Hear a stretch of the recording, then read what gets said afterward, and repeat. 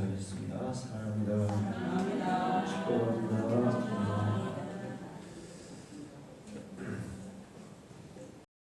오늘은 6월 6일 현충일입니다. 우리 나라를 지키기 위해서 자신들의 인생과 목숨을 바쳤던 순국 선열들의 업적을 기리고 기억하는 그런 날입니다. 우리나라 5천년 역사에 우리나라를 지키기 위해서 자신을 희생한 많은 분들이 있어요. 그 중에서도 일제 강점기 때 나라를 지키기 위해서 목숨을 바친 많은 순국선열들이 있습니다. 꽃다운 청춘의 나이에 우리나라의 독립을 위해서 힘쓰다가 잡혀서 감옥에서 순교를 당한 유관순,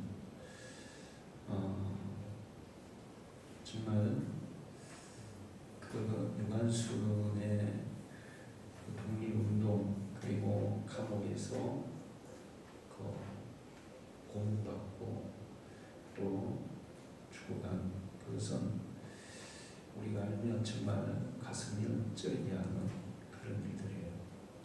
그 외에도 일제시대 수많은 애국 지사들이 나라를 되찾기 위해서 정말 목숨을 바쳐서 헌신한 사람들이 많습니다. 제가 이게 물리 없죠? 맞죠?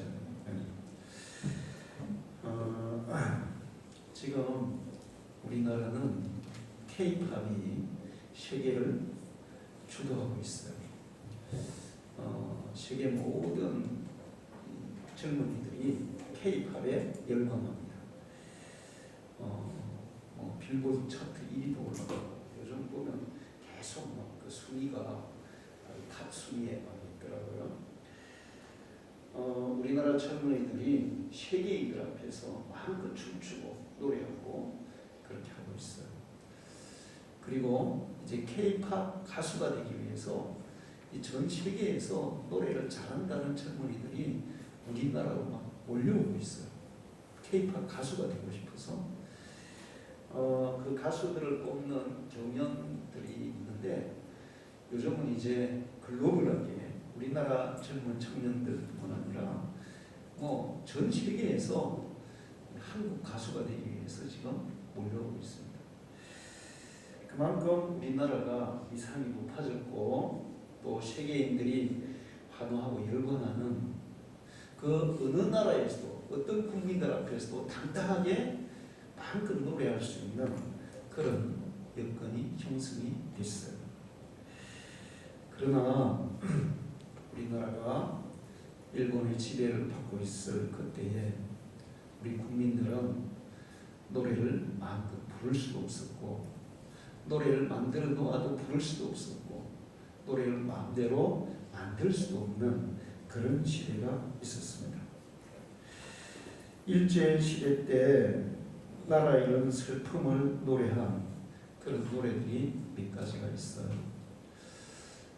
그 중에 정말 이 곡조와 가사가 우리의 마음을 찌르게 하는 그런 노래가 있는데 그 중에 하나가 바로 물밑에선 봉선하야, 봉선합니다. 홍남파가 1920년에 우리나라가 한일 합병이 되고 나서 1920년에 작곡을 했어요. 그리고 이 봉선화는 일본이 우리나라를 침략해서 우리나라를 잃은 그 슬픔을 봉선화에 비유해서 노래를 하는데 언젠가는 다시 봉선화가 졌다가 다시 피어나듯이 우리나라가 다시 일어나기를 바라는 그런 영혼을 담고 만든 노래가 봉선화예요. 김형준이라는 분이 작사를 하고 홍남파가 작곡을 하고 김천애라는 가수가 노래를 불렀는데 처음에 이 노래를 부를 때 그 금지곡이었어요. 이 노래를 부르는 사람들을 잡아가고 또 이 노래를 부르지 못하도록 일제 그 순사들이 막 탄압을 하고 그렇지만 이 노래가 나왔을 때 우리나라의 많은 국민들이 숨어서 눈물 흘리면서 이 노래를 불렀었어요. 제가 우리 같이 한번 불러보도록 하겠습니다.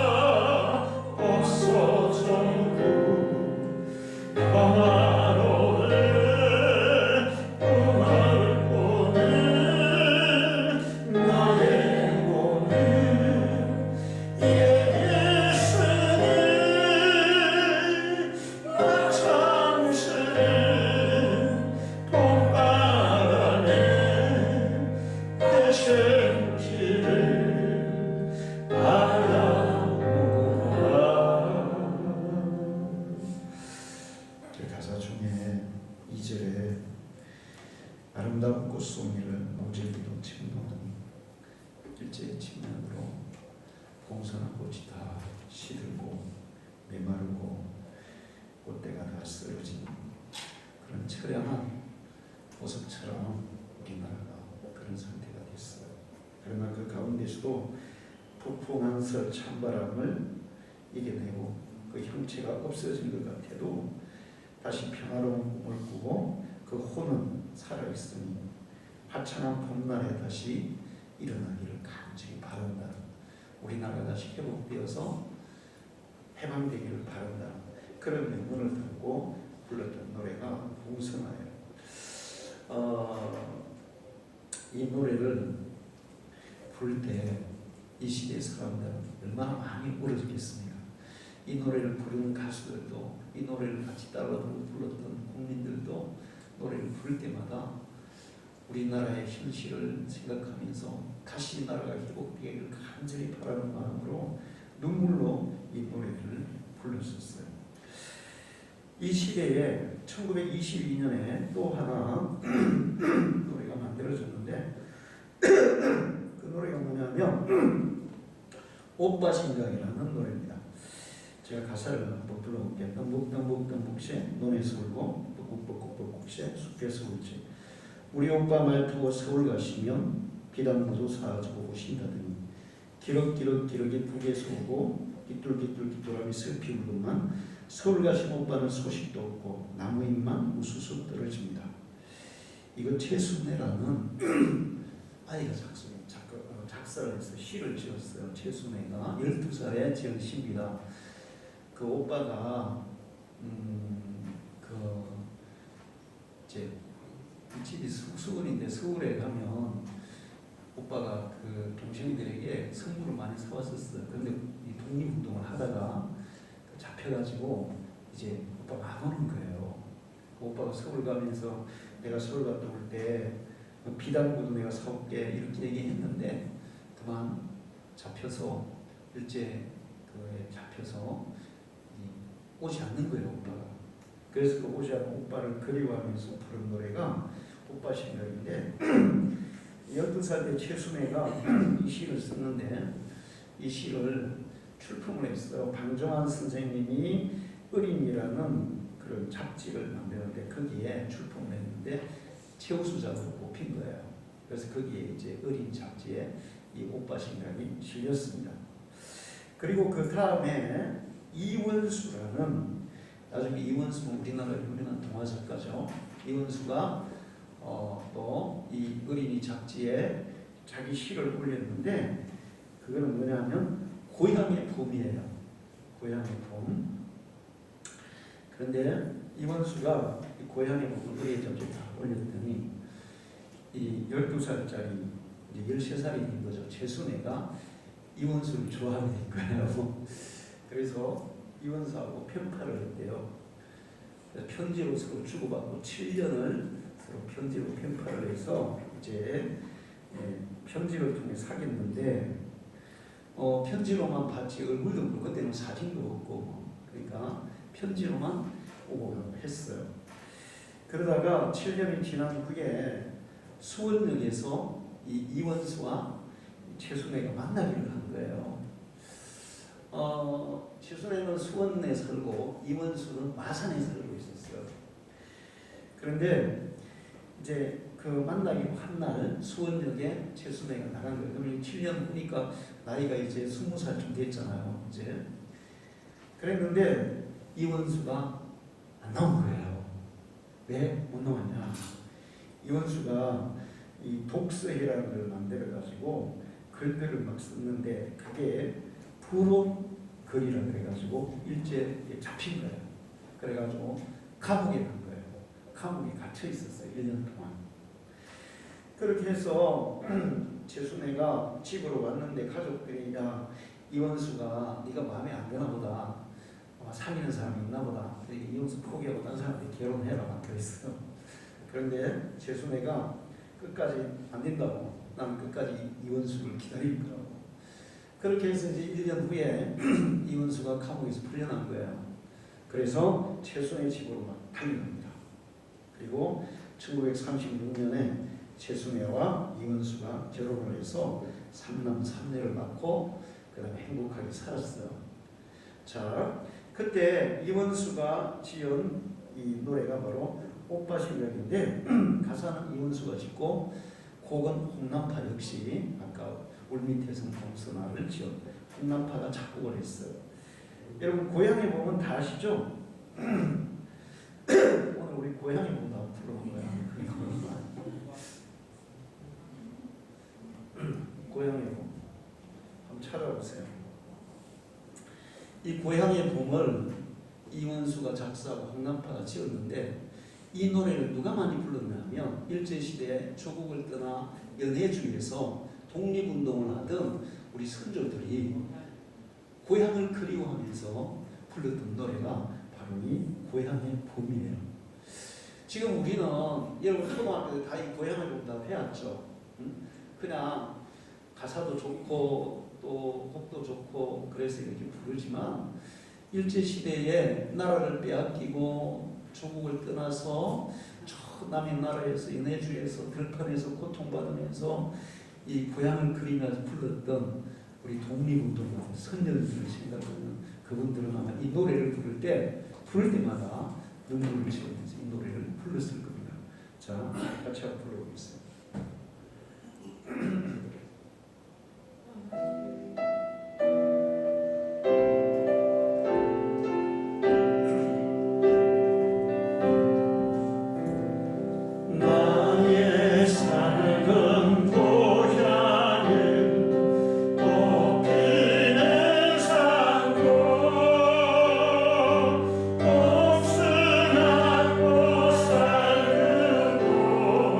아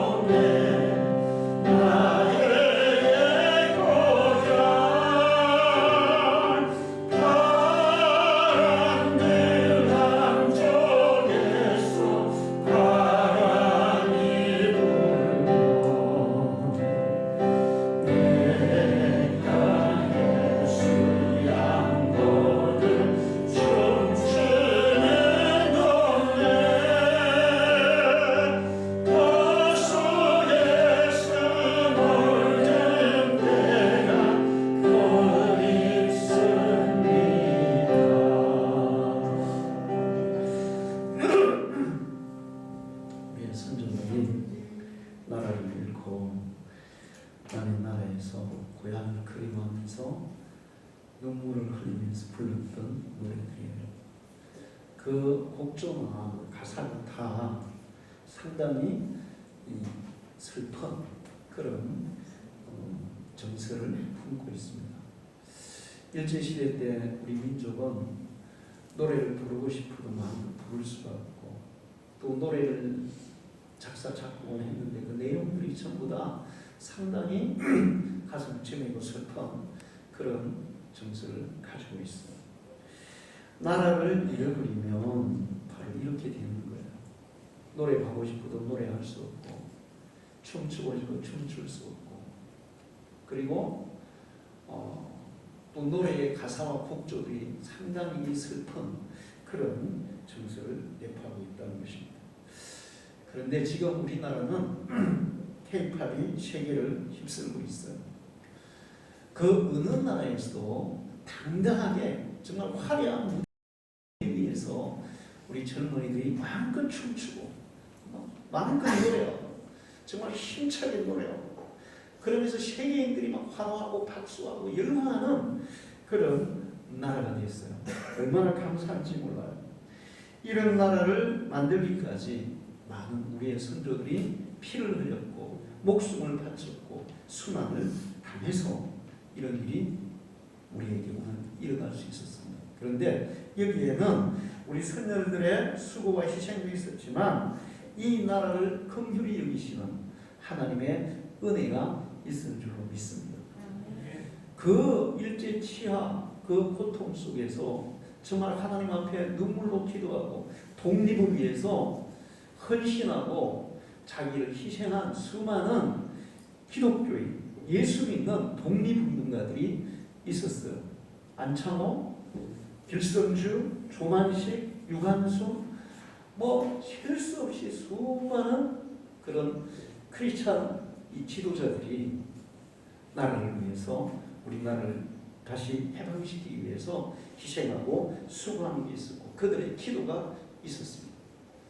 일제시대 기독교의 인구가 그렇게 많지 않았지만 독립운동 3.1 독립만세를 주도한 단체가 기독교고 60만세를 주도한 단체가 기독교, 교회에서 태극기를 인지하고 그런 문서들을 만들고 교회를 중심으로 그런 것들을 다 이렇게 연합해가지고 그래서 독립운동들을 했어요. 그리고 그것을 할 때 하나님 앞에 정말 간절히 눈물로 기도했습니다.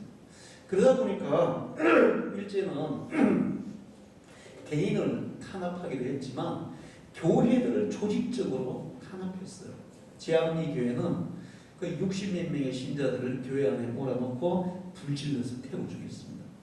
그 다음에 저기 전라도에 가면 문중경 전도사 기념관에 있는 그 섬이 있어요. 거기서도 역시 교회 신자들을 교회에 몰아넣고 죽이는 그런 일들이 있었어요.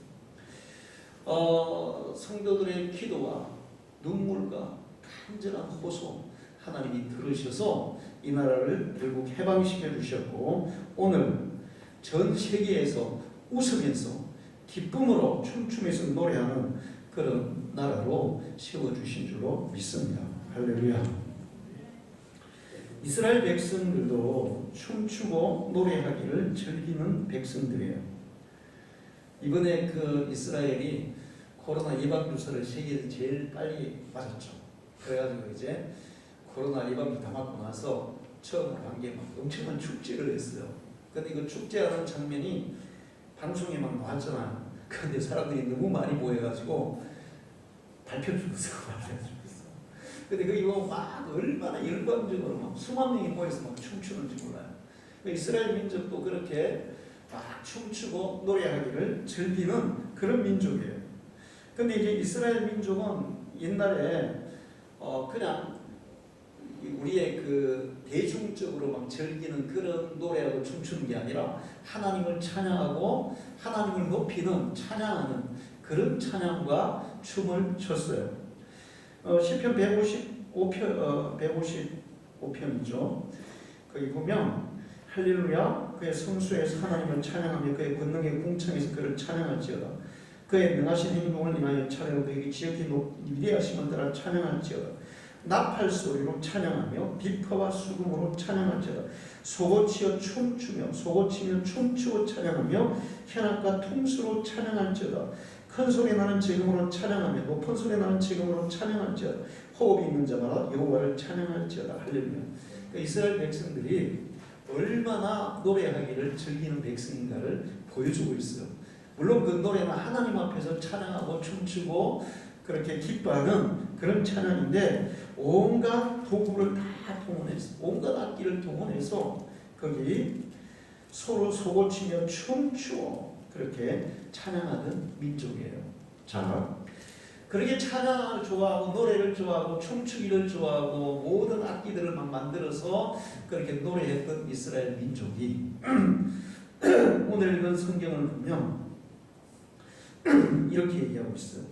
그렇게 춤추고 노래하고 그렇게 기뻐하고 했던 이스라엘 민족인데 우리가 바빌론의 여러 강변 거기에 앉아서 시온을 기억하며 울었도다.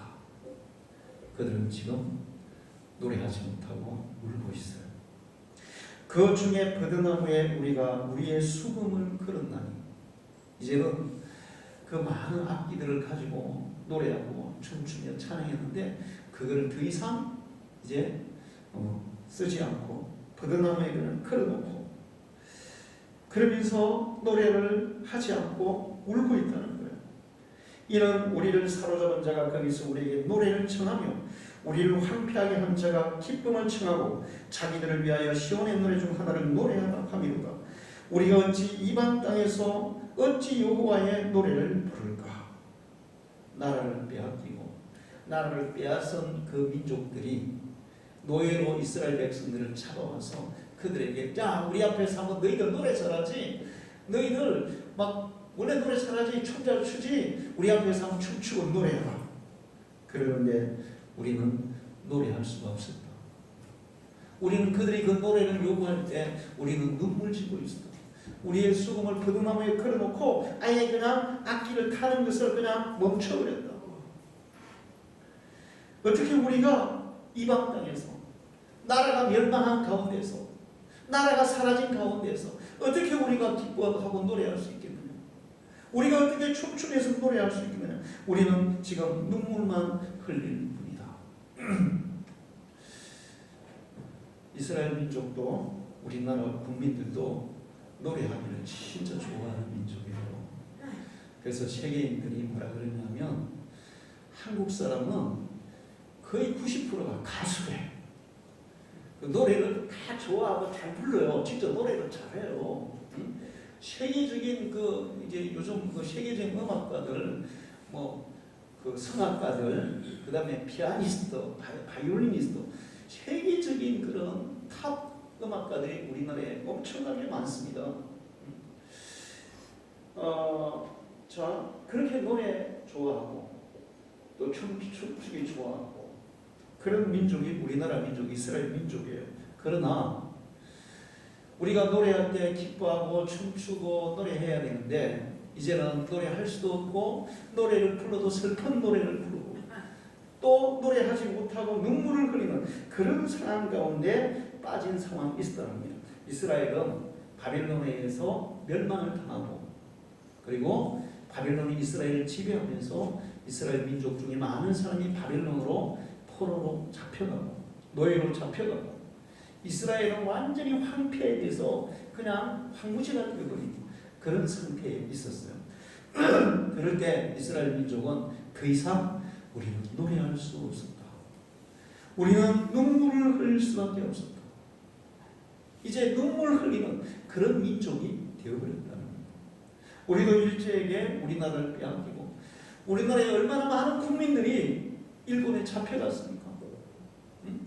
일본의 보국대라고 이름해가지고 잡혀가서 강제 노동을 시키고 월급도 안 주고 그 노동을 하면서 정말 그 위험하고 힘들고 지금 뭐 3비역 전에 그보다 더 어려운 그런 작업장에 우리 국민을 내보내가지고 그래서 탄광에서 물어서 죽고 병들어 죽고 굶어 죽고 그래도 아무 보상도 하지 않고 지금까지도 당연히 보상을 해야 되는데 한일협정에 의해서 국가적으로 보상했으니까 개인의 보상 필요 없다. 일본은 그렇게 얘기해요.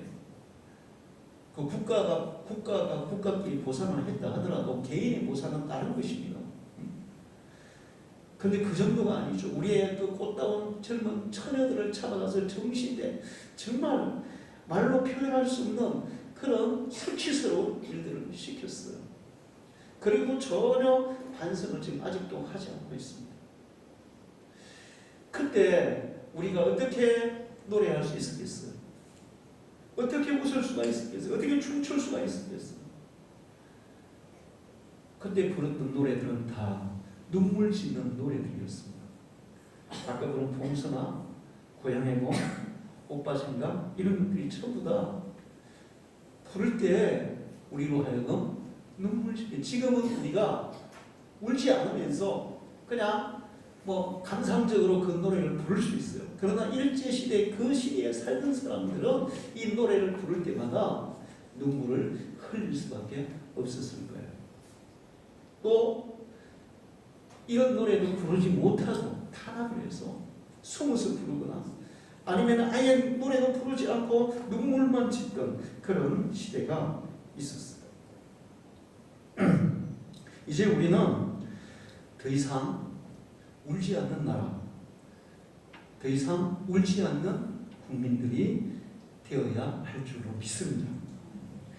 지금 대한민국은 전 세계의 그 어느 나라, 그 어느 민족 앞에서도 당당한 웃으면서 노래할 수 있는 그런 나라가 됐어요.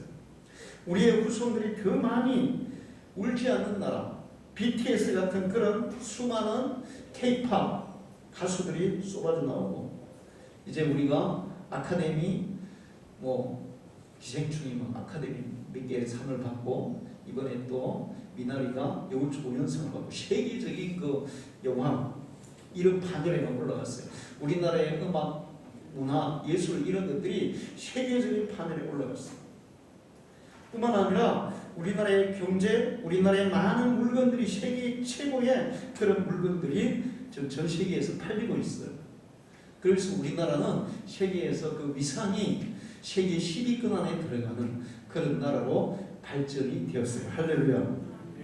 그래서 이런 발전된 우리나라가 앞으로 더 발전해서 10위권이 아니라 정말 세계 1, 2위를 다투는, 그래서 우리나라가 비록 인구도 적고 나라도 땅도 적지만 문화나 예술이나 경제나 기술이나 과학이나 그런 영역에서 세계인들이 우러러보는 그런 나라로 계속 발전해 가야 될 줄로 믿습니다. 그래야 우리의 후손들이 더 이상 눈물 흘리지 않는, 노래를 부를 때에도 눈물로 노래 부르지 않고 기쁨으로 노래할 수 있는, 춤추며 노래할 수 있는 그런 나라가 될 줄로 믿습니다. 지금도 전 세계에 난민들이 엄청나게 많아요. 난민들은 자기 나라를 잃고 자기 나라에서 살지 못해서 나라를 떠나서 세계를 막 떠돌아다니면서 방황하는 그런 사람들이에요. 전 세계에 지금 난민이 6,560만 명. 6,560만 명이면 우리나라 국민들보다 많아요, 적어요? 거의 남북을 합친 만큼의 난민들이 세계를 떠돌아다니고 있어요. 대표적인 난민 나라가 시리아, 아프가니스탄, 요즘 그 군부 쿠데타로 인해서 고통받는 미얀마, 그리고 2018년도에 제주도를 떠들썩하게 하고 우리나라를 막 떠들썩하게 했던 예멘의 난민들. 예멘은 어디 있는지 아세요? 사우디아라비아하고 기퉁이에 있는 나라예요. 근데 왜 예멘이 우리나라처럼 남북으로 남예멘, 북예멘 나눠가지고 싸운 거예요. 그러니까 남북이 막 서로 싸우니까 국민들이 어떻게 되겠어요? 살 수 없는 거예요. 그래서 막 도망친 거예요. 그래서 그 살 수 없는 그 내전으로 막 살 수 없는 그 예멘 사람들이 전 세계로 뿔뿔이 흩어졌는데 그 사람들 중에 500명이 제주도로 와서 우리나라에 난민 신청을 한 거예요. 우리는 어떻게 해야 될까요? 그들을 어떻게 해야 될까요? 받아줘야 될까요? 거부해야 될까요? 우리가 인정상으로는 그들을 받아줘야 됩니다. 그러나 국제 정세를 보면 받아줄 수도 없는, 왜 그런가 하면 그들을 받아줬다가는 이제 어떻게 될까요? 6,560만 명의 난민들이 우리나라로 들어오면 우리나라가 어떻게 돼 있어요? 예? 우리나라 인구보다 더 많은 난민들이 막 쏟아져서 야 대한민국은 누구나 다 난민들 다 받아준단다. 야 우리 그러면 대한민국으로 가자. 거기다가 우리나라 사람들이 또 인정이 얼마나 많습니까? 비록 그들을 난민으로 받아주지 않았어도 우리나라에 일단은 살 수 있도록 지금 허락해주고 있어요. 난민 인정을 안 해줘도 몇 명만 난민 인정을 하고 나머지는 그래도 안 쫓아내고 우리나라에 지금 살도록 해주고 있어요. 그렇게 인정이 많은 나라 대한민국으로 가서 살자. 그리고 6,560만 명이 몰려와 보세요. 우리나라는 폭발할 겁니다. 그러니까 정치적으로는 받아줄 수도 없고 인정상으로는 받아줘야 되는 정말 보통 딜레마가 아니에요. 자, 그런데 만약에 우리나라도 남북이 전쟁을 하거나 아니면 남북이 통일이 되었어도 염려되는 부분이 있어요. 왜냐하면 이렇게 나라가 나뉘어졌다가 통일이 되었는데 통일되는 과정에서 내전을 하는 나라들이 많아요.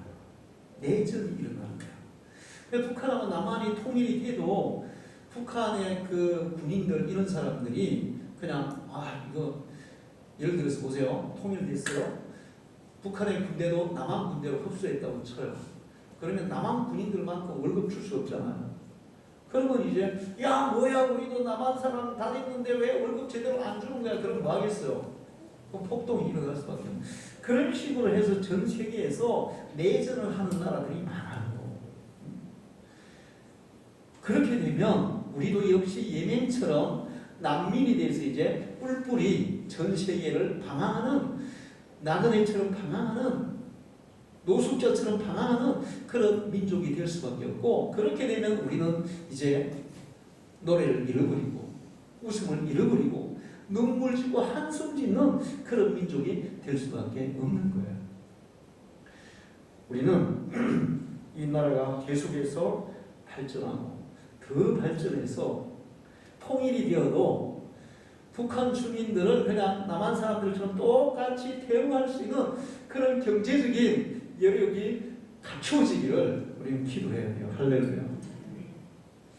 지금 우리가 통일이 돼가지고 북한 주민들을 남한 주민들처럼 우리가 똑같이 대우를 하게 되면 우리나라 경제는 어떻게 될까요? 무너지게 되는 거예요. 그런데 우리 경제가 미국 정도로 그렇게 커지면 미국은 이번에 보면 돈 쓰는 거 보니까 지원하는데 우리는 뭐 10조 가지고도 막 쩔쩔매고 막 그거 가지고 막 추선 튕기고 막 계산기 두드리고 난리를 쳐. 여야가 막 싸우고 막 난리법석을 쳐. 미국은 막 1,000조, 2,000조로 확 풀어버리더라고. 2,000조면 우리나라 돈에 우리나라 예산이 얼마예요? 응? 4배예요, 4배. 1년 예산이 우리는 500조밖에 안 돼. 미국은 2,000조로 확 풀어. 그 정도 능력이 있으면 통일이 돼도 저는 아무 문제가 없을 줄 믿습니다. 그 정도면 우리 재정 능력이 있으면 어떻게 했어요? 2,000조, 500조, 그래서 1,500조를 풀어도 북한을 남한처럼 똑같이 국민들처럼 대우해도 문제가 없는데 지금 상태에서는 자칫하면 통일되기도 어렵지만 통일이 되어도 내전이 일어날 수 있는 가능성이 엄청나게 많아요. 그래서 우리는 이 나라가 더 발전해서 정말 무리 없이 그런 내전이나 다툼 없이 평화적으로 하나 돼서 더 발전하는 나라로 가도록 기도해야 될 줄로 믿습니다. 경제적인 빈곤, 정치적인 혼란, 국민의 분열 이런 것들이 결국은 눈물 흘리는 나라로 만드는 거예요. 우리는 그 조국 사태부터 해가지고 그 다음에 촛불 시위부터 해가지고 이 국민 우리나라 같은 이 한 나라의 한 국민이 서로 막 나눠져가지고 심하게 분열이 돼서 다퉈왔어요. 요즘 그래도 좀 이제 조용해졌는데 정말 다행입니다. 근데 이 조용하게 만든 그 기여한 게 있죠. 뭐죠? 더 이상 개모 못하도록 조용하게 만든 게 뭐예요? 코로나예요. 코로나가 우리나라에는 어떻게 보면 좋은 긍정적인 그런 효과도 줬어요. 할렐루야. 왜 긍정적인 효과를 줬다고 하냐면 이제는 더 이상 그렇게 서로 분열이가 싸워야 안 싸워요. 코로나 때문에 싸울 수가 없어졌어. 근데 이제 서로 안 싸우고 시간이 지나니까 점점 서로 막 이렇게 양쪽이 막 서로 다투고 있으면 서로 감정이 상해가지고 이게 계속 올라갈 거 아니에요. 근데 안 싸우고 시간이 지나니까 이게 어떻게 되겠어요? 누그러졌어. 그래 이제는 거의 뭐 많이 잠잠해진 거예요. 그럼 코로나 효과를 최고로 많이 보는 나라가 우리나라인데 거기다 우리나라가 워낙 또 방역도 잘하지. 치명률이 세계에 제일 낮잖아요. 죽는 사람이 세계가 부러워하는 나라가 됐어요. 할렐루야. 자, 우리가 계속 발전하게 되면, 우리나라가 계속 발전하게 되면 우리는 더 이상 울지 않는 나라, 웃으면서 노래하는 나라, 세계인들 앞에 당당하게 그 무대에 서서 세계인들의 환호를 받으면서 노래하는 그런 나라가 될 줄로 믿습니다. 그렇게 하기 위해서는 제일 중요한 역할이 정치 지도자들이에요. 독재자가 통치하는 나라는 혼란에 빠질 수밖에 없어요. 미얀마가 어떻습니까? 이 쿵부가 쿠데타를 일으켜서 지금 독재를 하려고 하는 거예요. 북한이 어떻습니까? 다른 나라도 마찬가지예요. 남미리 많은 나라들의 지도자들이 독재를 해서 국민들이 살 수가 없어서 나라를 도망치고 있어요. 독재를 하면 내전이 일어나고, 그리고 독재자들이 자기 개인의 부를 축적하기 위해서 국민의 고혈을 빨아들이는 거예요. 그러니까 경제적으로 피폐해지고, 그래서 나라가 거의 살 수가 없는 그런 나라가 되는 겁니다.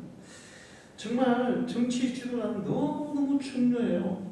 우리나라는 대통령 중심제이기 때문에 대통령이 누가 되느냐에 따라서 나라의 국군이 결정됩니다. 왜 그런가 하면 대통령이 전부 다 임명하잖아요. 국무총리 대통령이 임명하죠. 각부 장관들 대통령이 임명하잖아요. 정치, 경제, 사회, 문화, 교육, 국방, 외교, 그 다음에 복지, 그 모든 것들의 최고 지도자를 누가 임명해요? 대통령이 임명하잖아요. 그리고 우리는 누구보다 대통령을 잘 뽑아야 돼요. 대통령은 여러분 다음에 이제 내년에 대통령 선거인데 이 사람이 정말 국민을 위한 정치를 하냐, 자기의 인기, 자기의 그 자리를 지키기 위해 정치를 하냐, 이거를 잘 분간해서 야, 이 사람은, 저는 그런 생각을 해요. 우리나라의 대통령이 이게 정말 국민을 위해서 옳지 않다, 이게 바른 것이 아니다 그러면 대통령직을 그만두더라도 옳지 않은 것을 하지 않고 이게 정말 옳은 일이고 우리나라의 100년 대기를 위해서 정말 우리나라 발전을 위해서 꼭 필요한 일이라면 대통령직을 내려놓더라도 할 수 있는 그런 사람들이 대통령이 돼야 될 줄 믿습니다. 이거는 교회 지도자도 마찬가지로 다 그래요. 우리는 기도해서 내년에 대통령이 되는 사람은 정말 국민을 위하고 100년 내기를, 100년 대계를 바라보면서 나라를 이끌어갈 수 있는 그런 사람이 뽑히기를 기도해야 되고, 우리가 정말 정신을 바짝 차리고 잘 살펴서 그런 사람에게 투표를 해야 될 줄로 믿습니다. 국민들이 더 이상 울지 않는 나라가 되려면 열심히 땀 흘려서 일하고 일해서 소득을 얻는 그런 나라가 돼야 더 이상 울지 않는 나라가 되게 돼 있어요. 제가 어제 그 인터넷 뉴스에 보니까 비트코인 그런 그 가상화폐 거기에 투자하는 사람들이 지금 난리가 났어요. 근데 거기에 투자하는 사람들이 나이 든 사람들이라 다 어떤 사람들이에요? 2030, 20대, 30대, 20대, 30대는 뭐 해야 되는 사람들이에요? 일해야 되는 사람들이에요. 일해야 되는 사람들이 일은 안 하고 비트코인, 가상화폐 거기에다가 목숨을 걸어가지고 이제 보세요. 처음에 투자했는데 처음에는 제 돈으로 좀 투자했어. 근데 조금 되거든. 그래서 이제 그 다음에는 욕심이 생기잖아. 그럼 어떻게 해요? 빚을 내는 거예요. 빚을 내가 투자했는데 이번에 비트코인이 50% 폭락해 버렸잖아. 8천 몇백만 하던 게 이제 뭐 4천 몇백으로 딱 떨어졌어. 그럼 빚 내가 투자한 사람이 어떻게 되겠어요? 쪽박 쳤어요, 전부 다. 왜 그런 그런 거품 같은 안개 같은 실제로 존재하지도 않는 그런 데다가 목숨을 매냐는 거예요. 열심히 땀을 일하고 그 땀을 의리해서 그런 소득을 쌓는 것이 가장 든든하고 안전한 자산이고 그리 될 때 우리나라는 계속 발전해 갈 수 있는 줄 믿습니다. 우리 국민들이 자기에게 맡겨진 그 일을 성실하게 감당하고 열심히 땀을 내어 일하면 하나님은 우리의 수고와 땀 흘린 데 대한 대가, 축복을 반드시 주시는 분인 줄 믿습니다. 그런 정신을 가지고 우리 국민들이 그런 의식을 가지고 살아야 돼요. 그리고 우리 그리스도인들은, 예수 믿는 사람들은 이제 세상에 빛이 되어야 되는 거예요. 할렐루야. 빛이 되어야 돼요. 그리고 나라를 위해서 기도해야 돼요. 우리가 해야 되는 가장 중요한 사명은 나라를 위해서 끊임없이 기도해야 될 줄 믿습니다.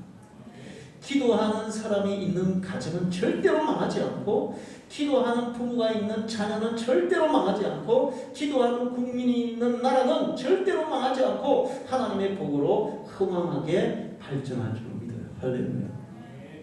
그럴 때 우리는 웃을 수 있고 마음껏 노래할 수 있고 마음껏 춤출 수 있고 세계 모든 사람들이 환호하는 그런 백성들이 될 줄로 믿습니다.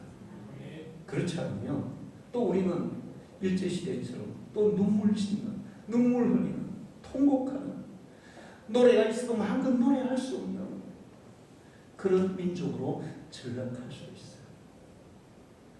오늘 현충일을 맞이해서 앞으로 우리나라가 계속 웃으면서 노래하면서 춤추면서 세계를 열광시키고 정말 세계를 위해서 봉사하는 그런 나라가 되어지도록 기도하고, 그러기 위해서 우리 성도들이 해야 될 도리를 다하는 그런 일이 있기를 축원합니다.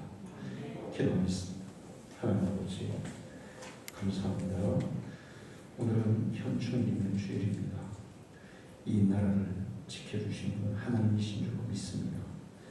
그리고 이 나라를 지키기 위해서 정말 피를 흘리고 목숨을 바친 수많은 순국 선열들의 희생이 있었기에 오늘 이 대한민국이 있는 줄 믿습니다. 우리는 일제치하에서 마음껏 노래할 수도 없고 눈물 지으며 노래도 눈물로 불러야 될 그런 순간들이 있습니다. 이스라엘 백성들도 그렇게 노래하기를 좋아하던 백성인데 노래할 수 없고 노래를 포기하고 눈물 흘리는 그런 시대가 있습니다. 하나님 아버지, 이제는 이 나라가 더 이상 눈물 짓는 나라가 아니라 웃으면서 찬양하며 마음껏 춤추며 세계인들을 열광시키는 환호하는 그런 나라로 계속해서 발전하게 해 주옵소서.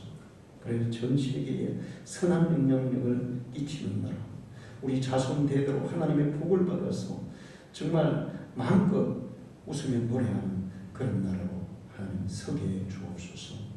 예수님의 이름으로 기도합니다.